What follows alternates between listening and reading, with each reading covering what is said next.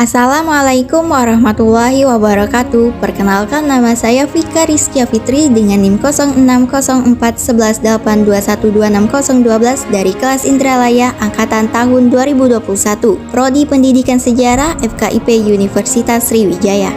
Video pembelajaran sejarah tewasnya Cornelis de Houtman dalam Tikaman Renjong Malahayati ini dibuat sebagai tugas praktik mata kuliah media dan sumber belajar sejarah dengan dosen pengampu Ibu Dr. L.E. Retno Susanti M.Hum dan Bapak Muhammad Reza Pahlevi MPD. Terdapat 5 materi pembahasan. Yang pertama, silsilah Malahayati. Yang kedua, gugurnya Laksamana Zainal Abidin di Teluk Haru, Selat Malaka. Yang ketiga, pembentukan armada laut Inong Baleh.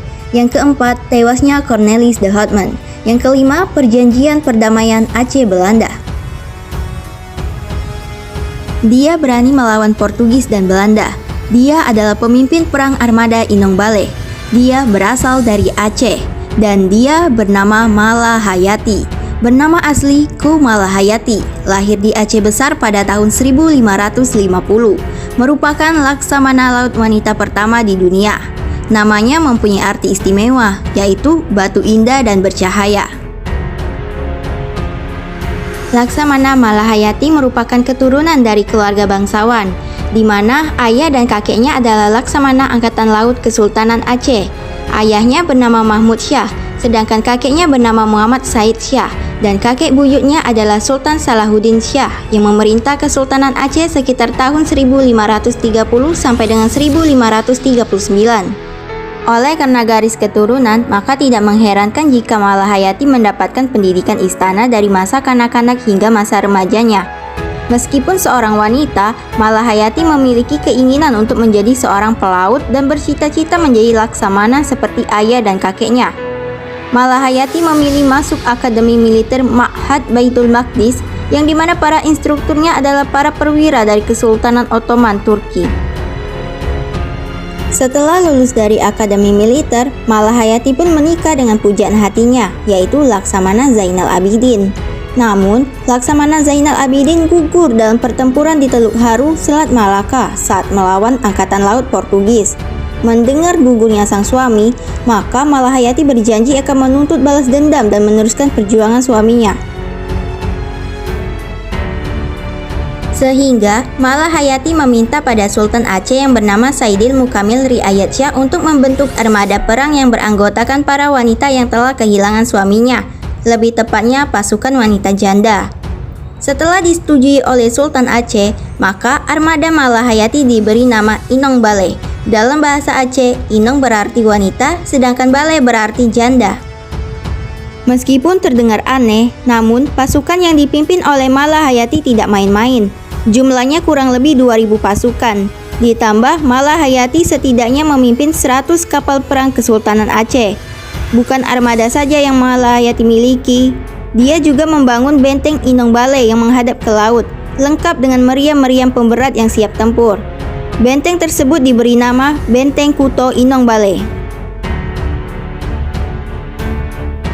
Malahayati begitu membenci kedatangan bangsa Portugis dan Belanda.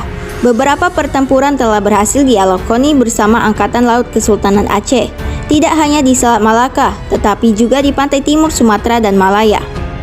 Momen bersejarah terjadi pada tanggal 11 September 1599, di mana kala itu Malahayati berhasil mengalahkan armada perang Belanda dan menikam pemimpinnya, yang bernama Cornelis de Houtman.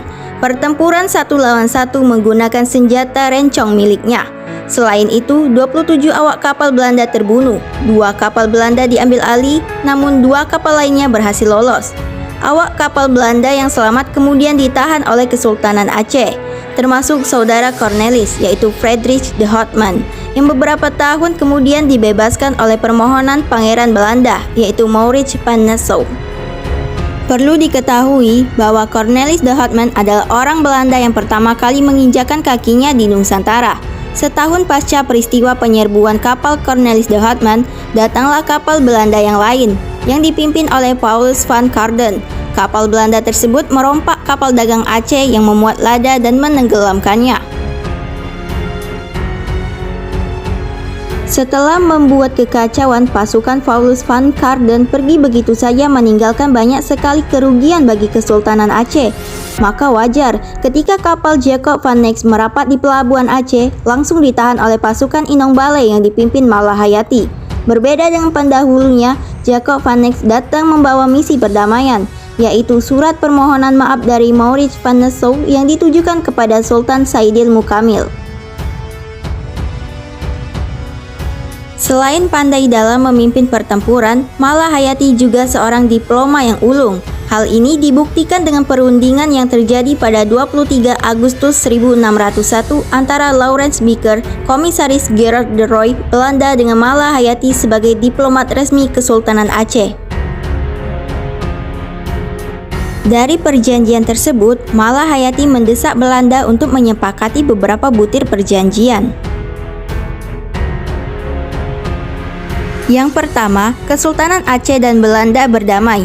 Yang kedua, Frederich de Houtman dibebaskan dari tahanan. Yang ketiga, Belanda harus membayar kerugian kapal-kapal Aceh yang dibajak oleh Paulus van Carden sebesar 50 gulden. Yang keempat, Sultan Aceh Saidil Mukamil mengirim 3 orang utusan masing-masing, Abdul Hamid, Laksamana Sri Muhammad, dan Mir Hasan ke Belanda sebagai balasan atas niat baik Belanda.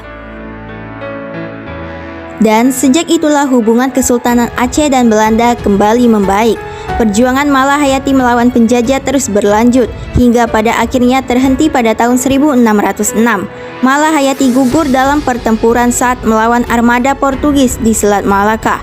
Malahayati dimakamkan di puncak bukit kecil sebelah utara desa Lamre yang berada di Aceh Besar. Berkat kegigihannya melawan penjajah dan merupakan seorang wanita pemberani serta laksamana pertama wanita di dunia, maka pada tanggal 6 November 2017, Presiden Republik Indonesia Joko Widodo memberikan gelar sebagai pahlawan nasional. Kenali sejarahmu agar kau tidak lupa siapa dan dari mana asalmu. Thanks for attention. Terima kasih telah menonton. Semoga video pembelajaran ini dapat memberi manfaat untuk kita semua.